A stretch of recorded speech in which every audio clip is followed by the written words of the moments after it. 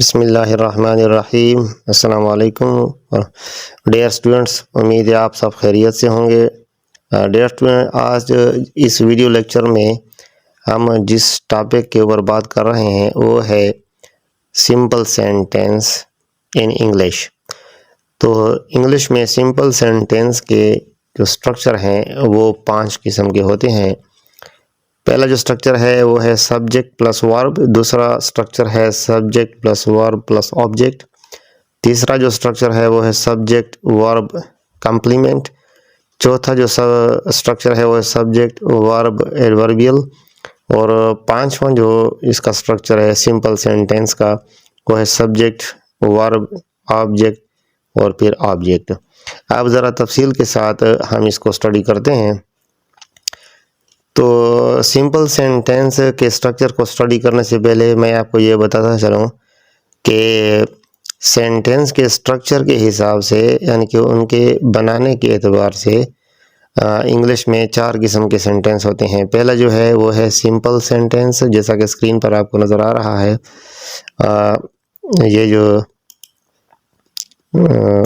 ये जो आपको नज़र आ रहा है सिंपल सेंटेंस, और दूसरा है कंपाउंड सेंटेंस, और तीसरा है कॉम्प्लेक्स सेंटेंस, और चौथा है कंपाउंड कॉम्प्लेक्स सेंटेंस।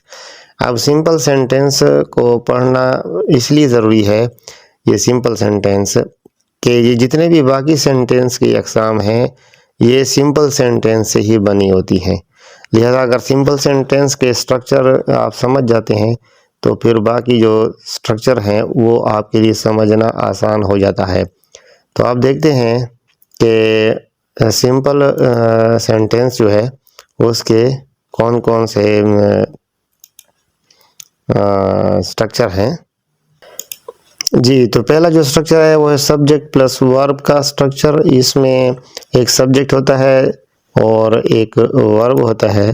जैसा कि एग्जांपल आपके सामने आ रही हैं। पहली एग्जांपल है ही लाफ्ड। ही इसमें सब्जेक्ट है और लाफ्ड वर्ब है।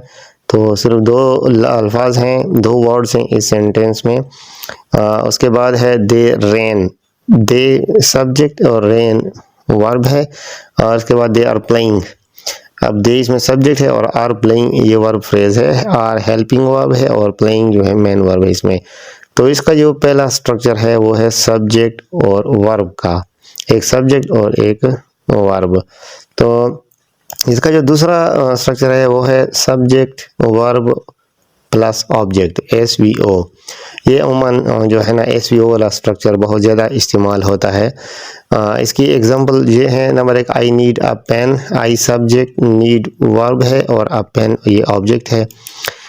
Number 2, he is driving a car. He subject है, इज़ ड्राइविंग ये वर्ब फ्रेज है। इसमें 2 वर्ब हैं इसलिए इसको वर्ब फ्रेज भी कहते हैं।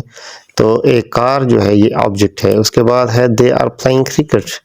दे subject, are playing verb phrase and cricket इसमें ऑब्जेक्ट है। यहाँ पर आपने एक बात जो याद रखनी है वो ये है कि किसी भी सेंटेंस में सब्जेक्ट और ऑब्जेक्ट जो है ये नाउन भी हो सकते हैं, नाउन फ्रेज भी हो सकता है। नाउन फ्रेज का मतलब इस तरह ये है ए पेन, तो ए या दी इसके साथ मिल जाए, 1 2 3 लफ्ज़ मिल जाए, एडजेक्टिव इसके साथ मिल जाए, आर्टिकल मिल जाए नाउन के साथ, ये नाउन फ्रेज हो जाती है। और प्रोनाउन भी हो सकते हैं, यानी सब्जेक्ट और ऑब्जेक्ट ये नाउन भी हो सकते हैं और नाउन फ्रेज भी हो सकते हैं और प्रोनाउन भी हो सकते हैं। तो उसके बाद जो तीसरा स्ट्रक्चर है वो है subject plus verb plus complement, SVC। तो इसकी जो एग्जांपल है यहाँ पर देखें, this box is heavy. This box इसमें सब्जेक्ट है, इज़ वर्ब है और हैवी इसमें कॉम्प्लीमेंट है। और दूसरा इसका example, it was a big problem. It subject है, वाज जो है ये वर्ब है, ए बिग प्रॉब्लम ये इसका कॉम्प्लीमेंट है। तो इसका तीसरा जो एग्जांपल है, I feel scared. I subject है, फील वर्ब है और स्केयर्ड इसमें कॉम्प्लीमेंट है। तो इसमें भी आपने एक चीज़ जो याद रखनी है कि सब्जेक्ट वर्ब कॉम्प्लीमेंट में हमें कैसा पता चलेगा कि ये सब्जेक्ट वर्ब ऑब्जेक्ट है या सब्जेक्ट वर्ब कॉम्प्लीमेंट है। तो ये बड़ा आसान है, जिस तरह कि मैंने अभी आपको बताया है सेकंड स्ट्रक्चर में, कि सब्जेक्ट वर्ब और ऑब्जेक्ट का जो स्ट्रक्चर है उसमें हमेशा वर्ब के बाद या नाउन होगा या प्रोनाउन होगा। जबकि सब्जेक्ट वर्ब कॉम्प्लीमेंट का जो स्ट्रक्चर है इसमें वर्ब के बाद, अब यहाँ पर देखें हेवी, हेवी क्या है, ये एडजेक्टिव है, और ए बिग प्रॉब्लम क्या है, ये एक नाउन फ्रेज है, तो नाउन फ्रेज आएगी या कोई एडजेक्टिव हो जाएगा। स्केयर्ड क्या है, स्केयर्ड भी एक एडजेक्टिव है। तो अमूमन ये जो वर्ब होता है इज, एम, आर, वाज, वर, जिसको हम बी की मुख्तलिफ शक्ल कहते हैं ये, या उसके बाद जो काज़ेटिव वर्ब्स हैं, तो जिस तरह फील वगैरह, ये जो वर्ब्स हैं इनके बाद कॉम्प्लीमेंट के स्ट्रक्चर में इनके बाद जो है ना या एडजेक्टिव आएगा और या फिर नाउन फ्रेज आ जाएगा, तो इस तरह पता चल सकता है। उसके बाद जो स्ट्रक्चर है नंबर 4 पर, वो है सब्जेक्ट वर्ब एडवर्बियल। अब सब्जेक्ट वर्ब एडवर्बियल किस किस्म का होता है, देखें, his house is near by, इसमें हिज हाउस सब्जेक्ट है, इज वर्ब है, और नियर बाई जो है ना ये एडवर्बियल है। और दूसरा एग्जांपल देखें, he is going to the school, ये तो हम ज़्यादा इस्तेमाल करते हैं, बहुत ज़्यादा। इसमें देखें ही सब्जेक्ट है, इज गोइंग वर्ब है, और टू द स्कूल ये एडवर्बियल है। और तीसरा example, the book is under the table, the book subject is verb, under the table जो है ये इसमें एडवर्बियल है। अब इसमें जो आपने अहम बात याद रखनी है वो ये है कि इसमें ये एडवर्बियल का जो स्ट्रक्चर है इसमें वर्ब के बाद या तो एडवर्ब आ जाता है, जिस तरह ये नियर बाई एडवर्ब है, या फिर प्रीपोजिशनल फ्रेज आ जाती है, जिस तरह टू द स्कूल है, अंडर द टेबल है। तो ये जो प्रीपोजिशनल फ्रेजेस हैं ये भी एडवर्बियल का काम करती हैं। तो ये बात आपने याद रखनी है कि वर्ब के बाद या तो एडवर्ब आएगा, एडजेक्टिव नहीं होगा, नाउन नहीं होगा, प्रोनाउन नहीं होगा।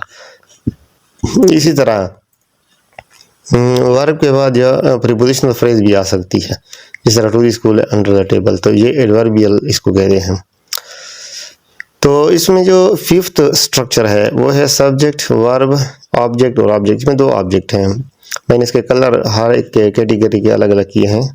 SVOO वाला जो स्ट्रक्चर है, तो इसकी एग्जांपल कुछ इस तरह से हैं, he gave me a gift, इसमें देखें ही सब्जेक्ट है, गेव इसमें वर्ब है, मी भी ऑब्जेक्ट है और अ गिफ्ट भी ऑब्जेक्ट है, क्योंकि मी प्रोनाउन है और अ गिफ्ट नाउन है। इसी तरह I send him a message, him भी ऑब्जेक्ट, ए मैसेज भी ऑब्जेक्ट, हिम प्रोनाउन है और अ मैसेज जो है ये नाउन है। और इसमें आपने ये बात याद रखनी है कि वर्ब के बाद ये जो 2 ऑब्जेक्ट है, तो इसमें एक इनडायरेक्ट ऑब्जेक्ट होता है और एक डायरेक्ट ऑब्जेक्ट होता है। तो इनडायरेक्ट ऑब्जेक्ट वो होता है जो इस वर्ब के करीब होता है, यानी पहला जो ऑब्जेक्ट आएगा वो इनडायरेक्ट ऑब्जेक्ट होगा और दूसरा जो ऑब्जेक्ट है वो डायरेक्ट ऑब्जेक्ट है। तो ये बातें आपने याद रखनी हैं।